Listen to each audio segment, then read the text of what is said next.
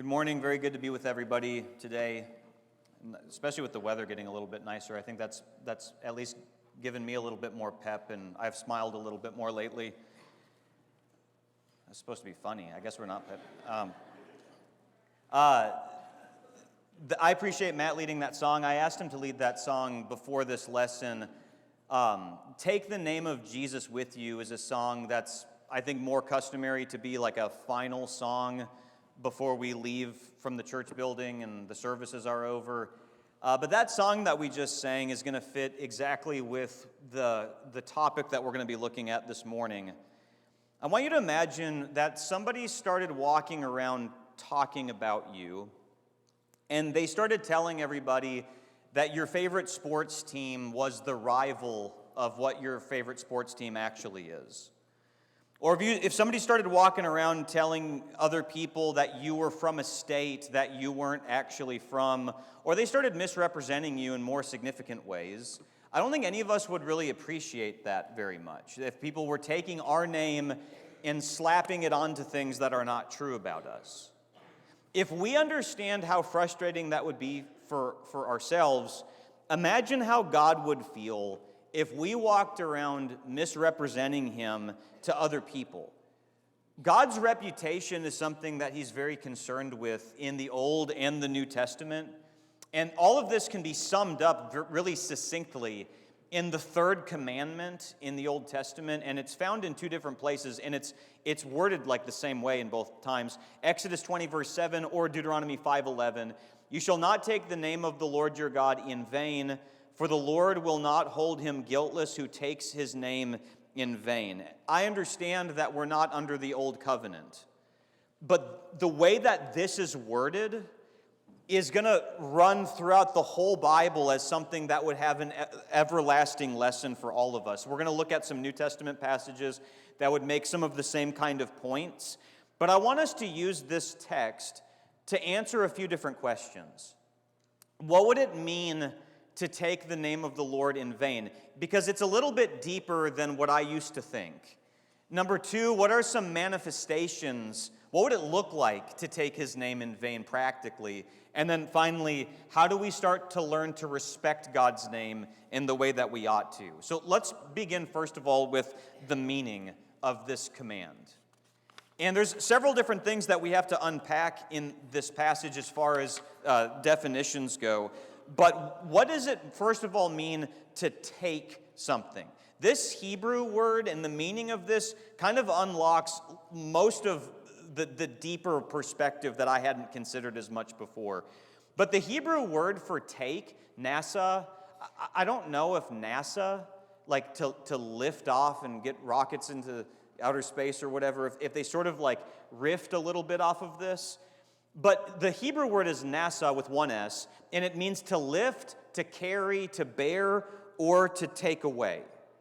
This word has got a wide range of meaning. Don't take the name of the Lord in vain. Well, where else could this Hebrew word be found in the Old Testament? Let me show you one other example right now. Deuteronomy 32, verse 40, I lift my hand to heaven. The idea of picking something up, to hold something up for people to see, is one of the ways that this is used in the Bible. Do you remember that time in Joshua chapters 3 and 4 where the Israelites were going to cross the Jordan River, and what the priests were commanded to do? They were commanded to carry the Ark of the Covenant. It's the same Hebrew word, but it's translated as take up. In Joshua 3:6, and Joshua said to the priests, take up the Ark of the Covenant and pass on before the people. So they took up the Ark of the Covenant and went before the people. Try to imagine this scene. These priests, they would have to carry it with the poles like what's commanded. There'd be people in front and behind it. And they're carrying the Ark, and everybody could watch them carry it. And then they would have to get their foot in the water.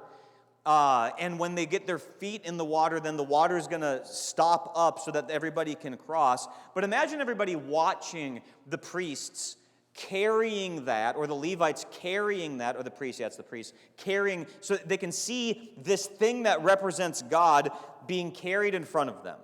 Does that start to help you understand? Don't take, Don't carry the name of the Lord. Don't walk around with it as some kind of big badge.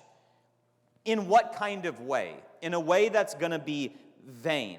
So what does vain mean?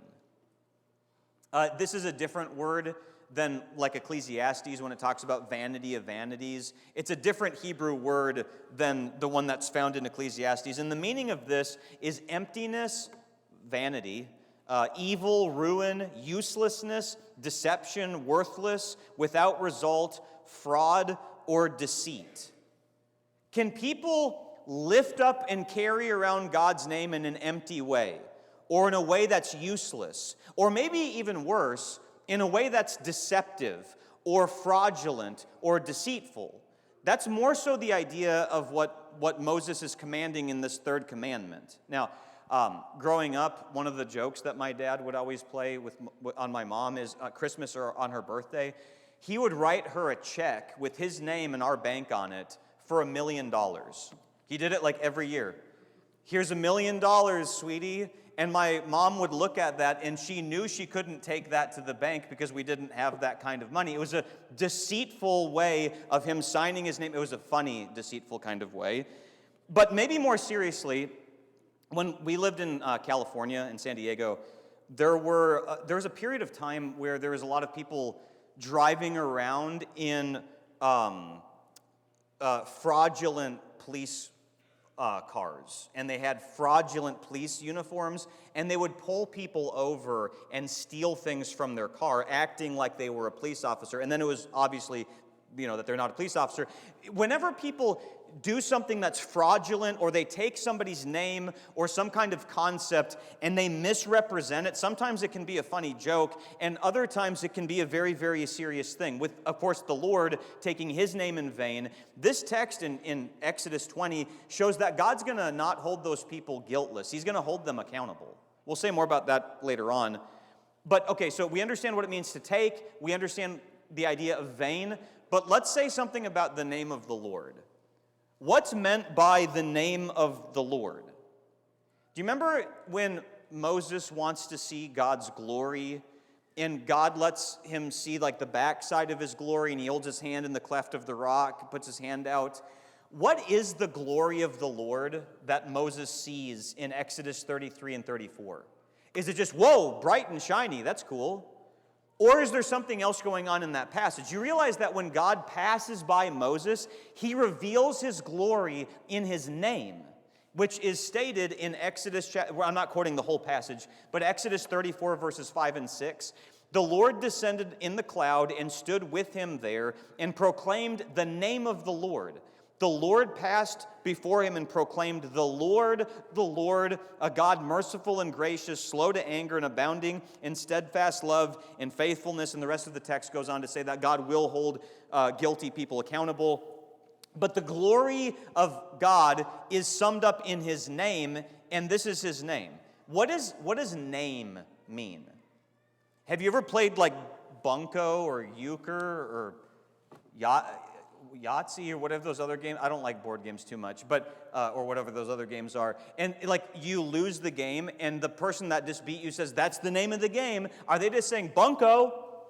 Or are they referring to what the game stands for and how the game is played and how sometimes you're not going to win the game? When we say that's the name of the game, we're talking about the essence of something and everything that it represents. And so, can you put all this together? Don't lift up and walk around with God's name in a way that's useless or fraudulent. Don't misrepresent him. Don't take things that he's said and twist them. Don't take his name for some other kind of purpose. That's the meaning of what we're looking at.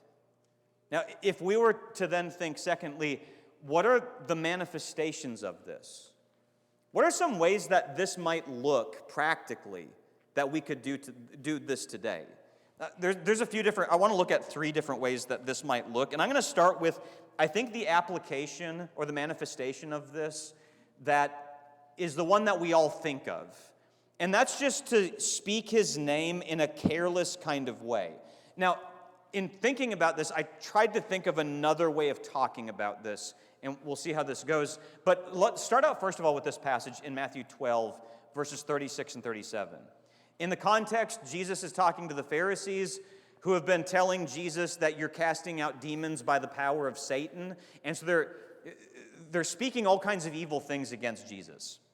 And he sums up or wraps up this discussion by saying this: I tell you, on the day of judgment, people will give account for every careless word they speak. For by your words you will be justified, and by your words you will be condemned. You know that on Judgment Day, we're going to have to give an account, according to this passage, for every careless word we speak. Is that scary to you? Is that intimidating? And then you start to ask, okay, well, what would be some ways that we might carelessly use the name of the Lord? This is where, when people say like OMG in texts, or you stub your toe and somebody says something like, oh my God, or somebody like almost gets in a car accident in front of you and you say something like that. I think this is one of the more obvious ways we could think about that. But what are people saying when they say something like that? I want you to imagine for a moment that I stubbed my toe and then I just shouted out, Ryan Downey. And then I hit my funny bone at my house and I'm just like, oh, Ryan Downey. Like every time I get hurt or something. Now, what if I'm in my garage and the light's off and Hannah has left like her little scooter like right in front of the steps and I trip over the scooter and I go, Hannah? I mean, that kind of makes sense, right? Because Hannah, if she left something there, but it wouldn't be like a curse against Hannah. It would be like, oh, like she's got to be more careful. But if I keep saying, Ryan Downey, what I'm basically saying is, he is the reason why my toe just got stubbed. He's the reason my funny bone is hurting right now. He's the reason for all this pain that I'm experiencing. So what if somebody walks around and goes, oh my God, this and God, that, and it's every time they get hurt? What are you basically saying? Maybe you haven't even thought about how this is what you're saying, but you're saying that he's the cause of my pain right now. And do you think that would be a careless way of invoking the name of the Lord? It would not be concerned with who he is and what he stands for, and it's putting blame on something that he didn't do. What about when people say something like, oh my God, and it's something that they're really surprised about? Like, wow, I didn't think you were going to, give me this great gift. Well, that's still a cheapening of his name. It's not taking it reverently like we ought to. And I think we're all familiar with that kind of application. And I will say, I think speaking that kind of way matters, and that we shouldn't do that. And I hope that the Ryan Downey illustration makes you realize that you're basically blaming him for your pain whenever you're frustrated. Thanks, Ryan. All right. Here's another way. I don't want to say it's a more significant way, because all of these I think would be manifestations of this, but here's another way. You can use the name of the Lord in a selfish way, where there's something that I actually want, and if I can just grab God's name and slap it onto something and walk around with saying, I think God wants this in my life, when it's really you that want it, we can use God as a stepping stone for something else. Let me give you, I think, a somewhat humorous example of this in the Bible, but if you were one of these people, it wouldn't have been very funny. Look at Acts 19, starting in verse 13. Then some of the itinerant Jewish exorcists undertook to invoke the name of the Lord Jesus over those who had evil spirits, saying, I adjure you by Jesus whom Paul proclaims. 7 sons of a Jewish high priest named Sceva were doing this. But the evil spirit answered them, Jesus I know, and Paul I recognize, but who are you? And the man in whom was the evil spirit leaped on them and mastered all of them and overpowered them, so that they fled out of that house naked and wounded. Try to imagine this. Here's these guys that would like to be really effective at casting out demons. And maybe it's because they could make a name for themselves, maybe because that'd be pretty, not everybody can do that. And so maybe they see or hear that Paul is invoking this Jesus guy. And so they go, well, you know what? There's been a couple times where we've tried casting out demons and we didn't do very well with that. How about we just try to use that name and see what happens? So they can imagine that they're in this guy's house and they go, all right, was it Jesus? Is that what I say? Yeah, it's Jesus. Okay, all right, Jesus. And the demon, in a moment of, sobriety, goes, wait a minute. I know Jesus and I know Paul, but I don't know who you are. What are you doing trying to use his name right now? And they fled the house naked and humiliated. You see how this is an example of using God's name because there's something that I want to accomplish, and I'm going to see if this works. I remember years ago, there was a couple that I knew that she couldn't bear children.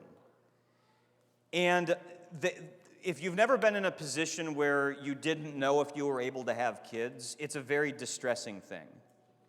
And so in this distress, there was some kind of dream that they had, or maybe a Bible verse that they read. They felt like they had some kind of guarantee from God that they were going to have a child. And so they were telling everybody, God told us we're going to have a child. God told us we're going to have a child. And she, sure enough, eventually conceived and had a miscarriage. And they were walking around telling everybody that we're going to have this child, and this is going to be the name of the child, and God has told us these things. And when the miscarriage happened, they stopped attending church. They were no longer interested in learning more about how to become more New Testament Christians, and they walked away from it all. Do you think there can be times where we desperately want something, and then we walk around and tell people, well, I think God told me that I'm going to have this spouse, or I'm going to have this job, and I walk around claiming promises that he never explicitly made to me? Maybe here's another way that we could use God's name in vain for selfish reasons. Look at James chapter 4, verses 2 and 3. In this context, James is talking about members of this church fighting and bickering with each other. And he says this in this passage, you do not have because you do not ask. You ask and do not receive because you ask wrongly to spend it on your passions. He's saying, some of you guys are fighting with each other because there's these things you desperately want, and you think the way to get these things is to fight and claw for these things. And sometimes you guys might not have what you want because you're just not asking God. But then it even gets worse because there's times where you do ask God and you're asking wrongly to spend it on your own passions. You're invoking God's name because you're using him as a stepping stool to get this other thing you want. Could you pray for wisdom because you want people to look at you as a wise person? Could you use God's name to get people off your back? To make them think that you're actually really concerned about the things that you're not actually concerned about, but you'd like them to think that. What about people taking verses out of context? Samantha and I recently saw a T-shirt on the interwebs, and it was like expensive, like more. I'm like, I'm not going to buy this, but it was a funny T-shirt, and it said, "I can do all things through a Bible verse taken out of context." And of course, that's referencing how people misuse, I can do all things through him who strengthens me. There's a company called Whole Strength, and it's just the word holy without the Y. Whole Strength, like holy strength. And it's a company that makes workout attire. And they have this Bible verse, I can do all things through him who strengthens me, like slapped onto all their T-shirts. And then I think this other T-shirt's making fun of that T-shirt. Because the idea, okay, does this mean like the Philadelphia Eagles, if they just trust God enough next week, they're going to win the Super Bowl? Is that what that means? Like, what does it mean I can do all things through? How about in the context it means whether I'm rich or poor, I can find contentment because of the Lord. But can people take Bible verses like a husband? Wives, submit to your husband. You know? And are you bringing that up to her because you're just really concerned about the Lord, or is there something else going on right now? Or what about Psalm 37, verse 4? Delight yourself in the Lord, and he'll give you the desires of your heart. Oh, okay. So how do I delight myself in the Lord? I'll smile, and I'll say I love God, and then he should probably start giving me stuff, right? Is that how that works? No. If you delight yourself in the Lord and really love him, that's going to change the kinds of things that your heart wants. And so you put all these, but people can deceive themselves in all these kinds of ways. You see the point. Now, what's another way that this can manifest itself? Final way that this can manifest itself is hypocritically, where I claim that I love God, but I don't do anything that he tells me to do, which could be another way of just selfishly invoking his name. But look at a couple passages that bring this up. In Romans 2, 23 and 24, This is where Paul is bringing judgment upon the Jewish people who think that they have all of the law of Moses and they're better than the Gentiles. And he says in Romans 2:23 and 24, "You who boast in the law dishonor God by breaking the law. For, as it is written, the name of God is blasphemed among the Gentiles because of you." You got these people that say, "Oh, yeah, we love God's law, we love what God says." And then the Gentiles go, "All right, let's sit back and see how sincere these people are." And then they're blatantly going against what God says, taking God's name, carrying it around in a fraudulent way. What's the effect that has there? The Gentiles think that you're a bunch of jokes. Look at another passage that deals with this in 2 Timothy 2:19. "Let everyone who names the name of the Lord depart from iniquity." Now, years ago, when I was training in Nashville, like you training at this church of like almost 300 people, and like people say things about your sermons afterwards, and you're like new to preaching, and you're like, how do I take this, and what does this mean, and I don't know all these things. There was a guy that would come up to me after I would preach, and he'd go, "Man, I love it when you step on my toes. I love it when you make me feel guilty." And he wasn't like trying to mess with me. Like he was just, I guess he really felt that way. And I'm like, that's a weird, I've never heard that comment yet. And I tried to think about it for a little while, what he meant by that. And then we eventually became friends on social media, and every Friday and every Saturday, he would post all of these pictures of being at drinking parties with all kinds of social drinking that Christians should never be engaged in, all kinds of ungodly activities, obviously, that he was doing. And then he would come to church on Sunday and say, "I love it when you step on my toes. What's going on? I love it when you purge me by making me feel guilty so I can go out and do whatever I want to continue to do," is kind of what it felt like he was doing. But what if during these drinking parties that this guy was at, he tried telling people, "I'm going to church tomorrow and I love the Lord." What are all those people going to think? Either I like your version of Christianity because I get to do whatever I want to do, or they're going to think that you're a joke. What does it do to the world? Well, what if I have my Jesus Fish bumper sticker on my car and I get in a fit of road rage and I pull a baseball bat on somebody? And everybody saw my Jesus Fish bumper sticker. We have to be thoughtful about how we lift up God's name, knowing that people are going to look at us. And what if I make a mistake? What if I wrong somebody in some way? Admit it and acknowledge it. Don't pretend like it never happened. All right, if those are some of the ways that this can look, let's end finally with how do we learn to respect God's name? I'm just going to have just a few things just very briefly on this point. But I do want to point out that the second half of the third commandment, when it says, "For the Lord will not hold him guiltless who takes his name in vain," what would it do to my heart if I just carelessly used God's name, if I selfishly used God's name, if I hypocritically used God's name? It would harden my heart more and more to who he actually is. And that would indeed lead to somebody who's going to be judged. Now, how do we learn to respect his name then? Number one, I think, is to pray that we would honor his name. And this is something that Jesus said in the Sermon on the Mount. When he's starting to tell us how to pray, this is what he says in Matthew 6, verses 9 and 10. "Pray then like this, Our Father in heaven, hallowed be your name. Your kingdom come, your will be done on earth as it is in heaven." Do you know what my temptation is in my prayers? Is as soon as I start praying to God, "God, I need this, I need that, make this stop, make this happen, help me, help me, help me." And there are some of the Psalms where that's sort of how it is through and through. But what if my prayers never included something like this? When Jesus in the Sermon on the Mount is teaching us how to pray, the first half is God's concerns. What does it mean, hallowed be your name? Make it sacred, make it holy, set it apart as something that's revered. Isn't God's name already like that, though? Yes, but make it real in my heart.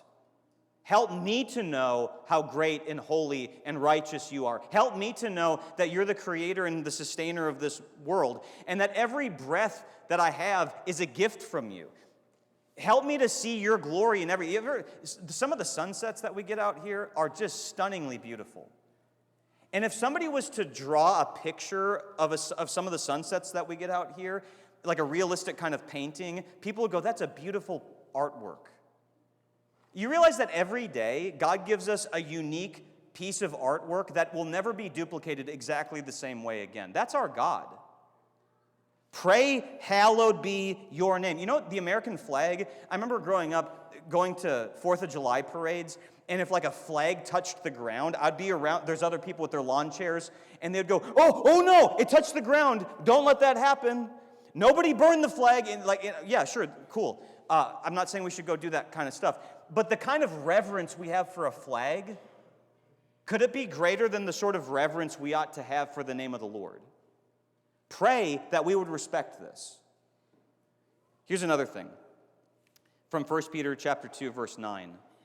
But you are a chosen race, a royal priesthood, a holy nation, a people for his own possession, that you may proclaim the excellencies of him who called you out of darkness into his marvelous light.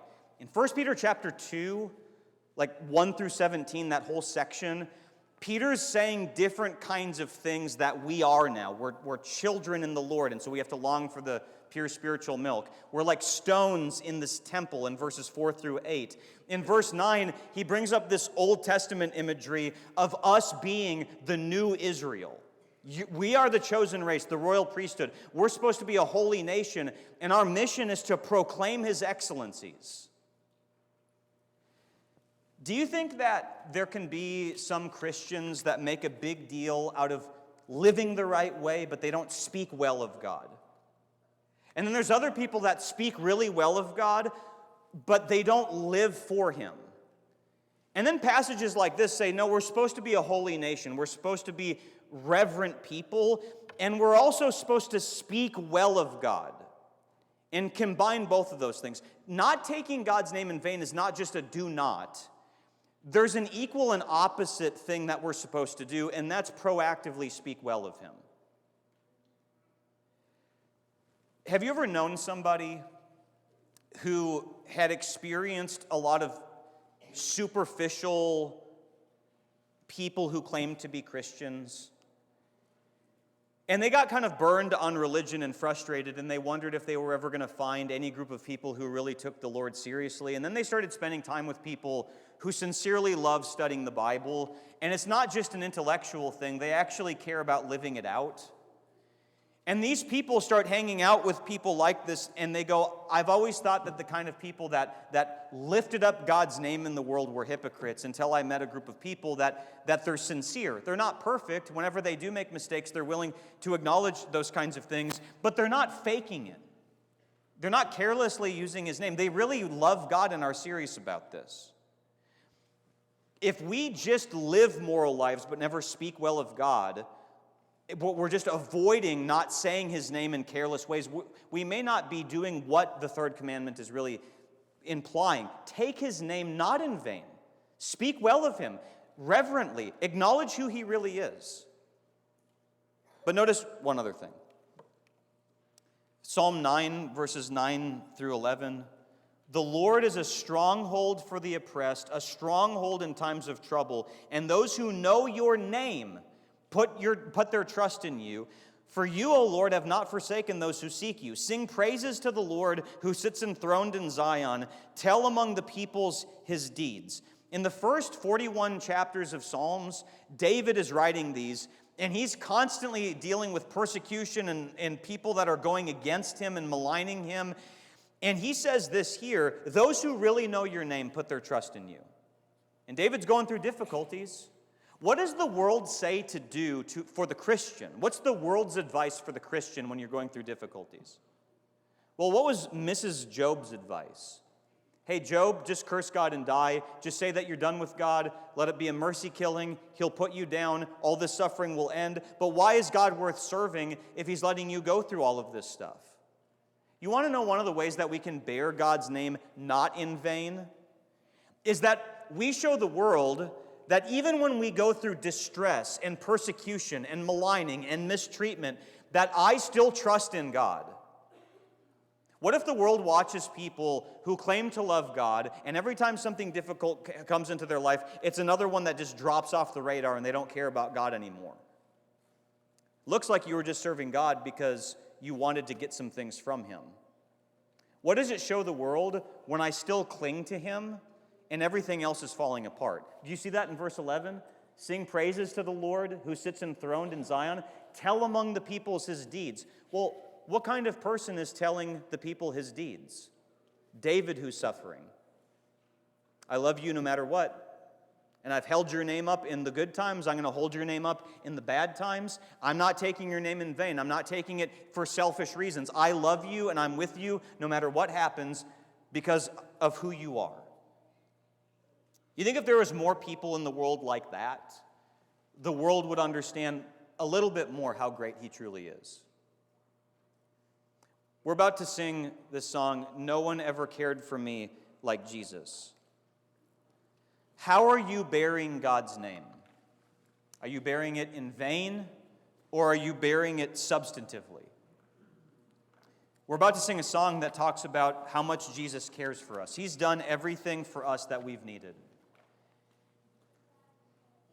Lift up His name and help people know who He is. Know it first within your heart and help other people know the same thing. Don't cause His name to be blasphemed. If there's anything that we can do for you, if you're not a Christian, if you've not repented and been baptized, the Bible teaches that's the starting point. That's when you're forgiven. And if you've done that at one point and you've been bearing the name of God falsely, get your life right with God. Don't leave here without talking to somebody or coming forward while we stand and while we sing.